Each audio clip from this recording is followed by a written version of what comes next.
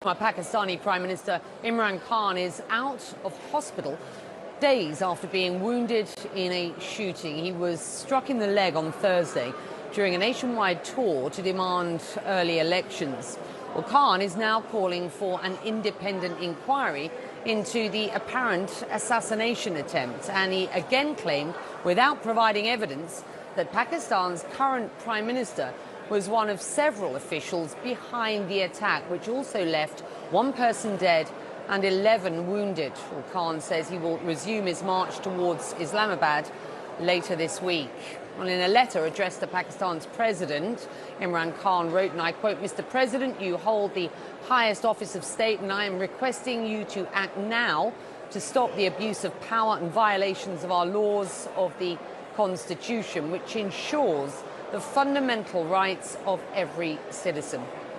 Well, Imran Khan joins me now live from Lahore in Pakistan, and thank you for doing this interview, sir. Let's start by simply asking you how you are. Well, Becky, they took out 3 bullets from my right leg. The left had some shrapnel, which they've left inside. My bone has been damaged, so my leg is in a cast, and maybe it will take me 4 to 6 weeks to resume my normal activity. Well, you've accused Pakistan's current Prime Minister, the Interior Minister, and a senior intelligence official for the attack on your life. These are serious allegations. What's your evidence, sir? Well, Becky, about 2 months ago, this plot was conceived. I went on in public. On 24th of September, I actually announced about this plot. And let me just give you the background. How do I know that what I'm saying and what evidence I have? It started off when I was deposed from government. From then onwards, what was expected was that our party would just fall apart. In fact, what has happened is that those 2 families being again imposed on us, who've been ruling for 30 years, there was a big public backlash. Right. And so rather than my movement or party going down, it has, the party has had such public support. We won 75% of the by-elections since we were out of power. And so all efforts were then to somehow make me run out of the race, to disqualify me. I was accused of terrorism and so on, various charges. I did, with respect, ask you for the evidence behind these allegations, if you will. Becky, and with respect, if people don't know the background, how would they know why this attempt took place? The reason why that they tried everything to somehow get me out of the way. When that didn't happen, this was planned. And 2 months ago, an agency produces this video which accuses me of blasphemy. Then this journalist, Waqar Sethi, who's linked with these agencies, comes up with this another video saying how I had offended the religious sentiments of the people.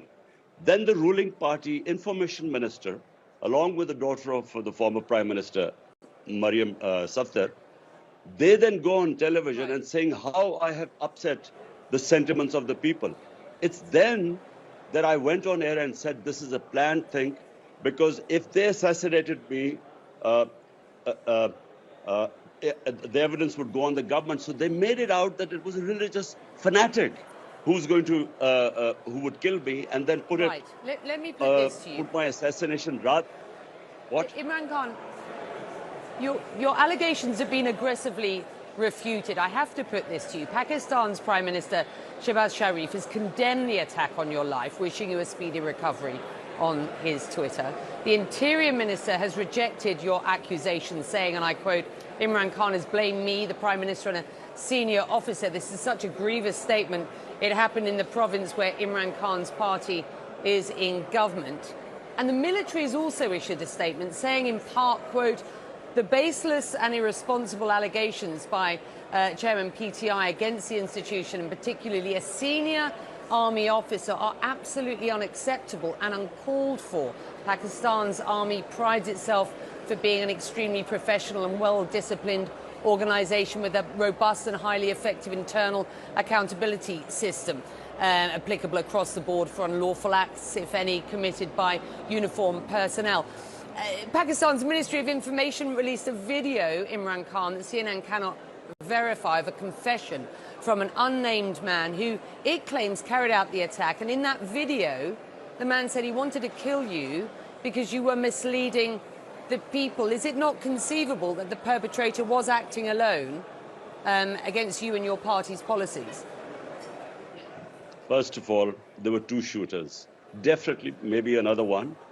There was this guy who fired the first volley, and I fell, and other people fell because it hit our legs.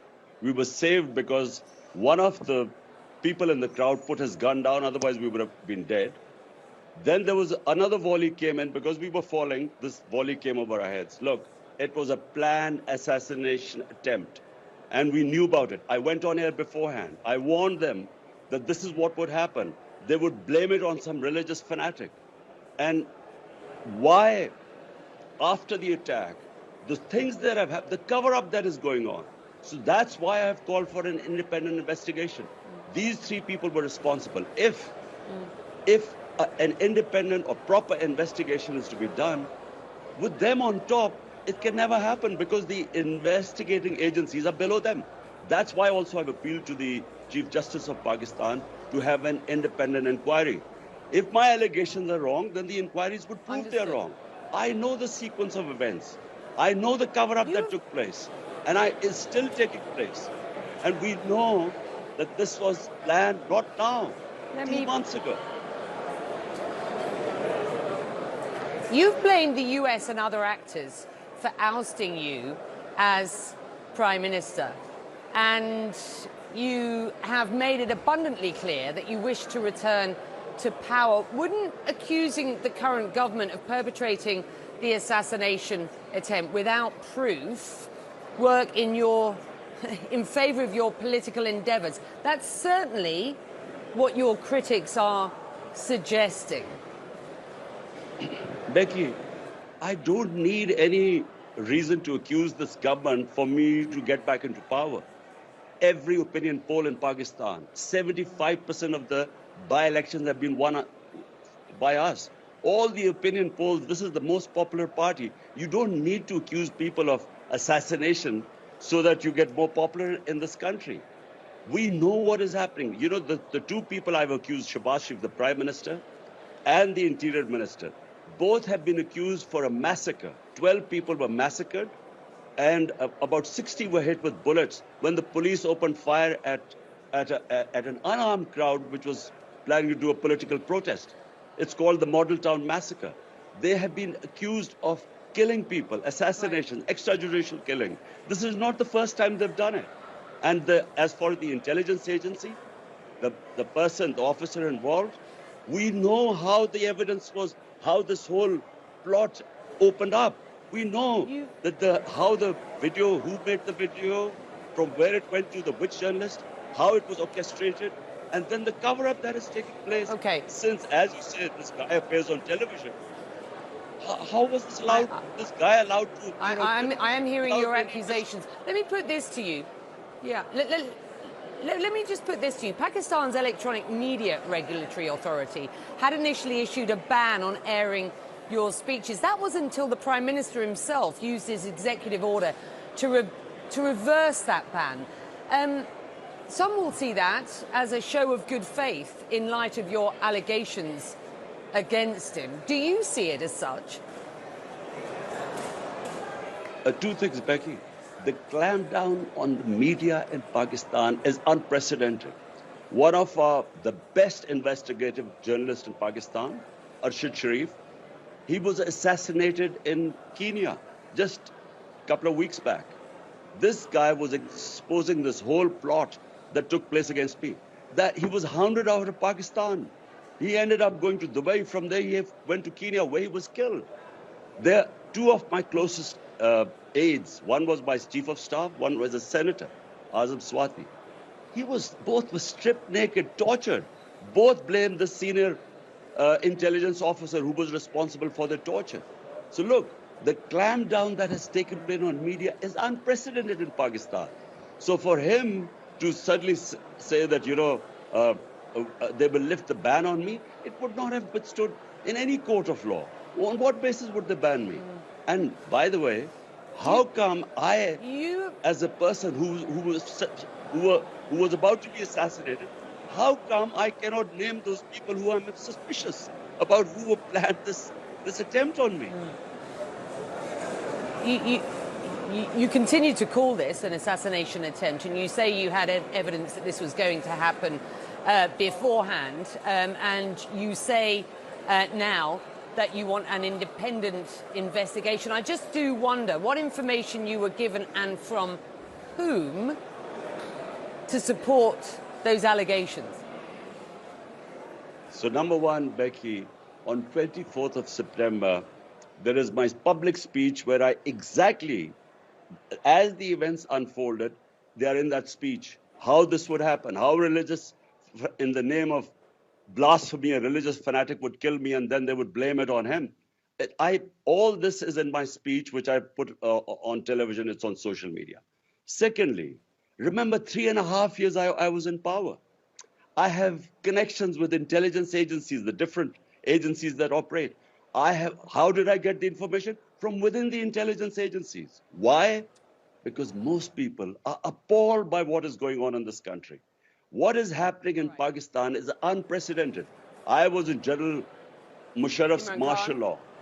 I was put in jail during his time. Never did we see the sort of oppression that is going on right now in Pakistan never happened even in Musharraf's martial law. All right. Imran Khan, we've run out of time. I thank you for joining us. The point of view of the former Prime Minister, and listen, so we do wish you a speedy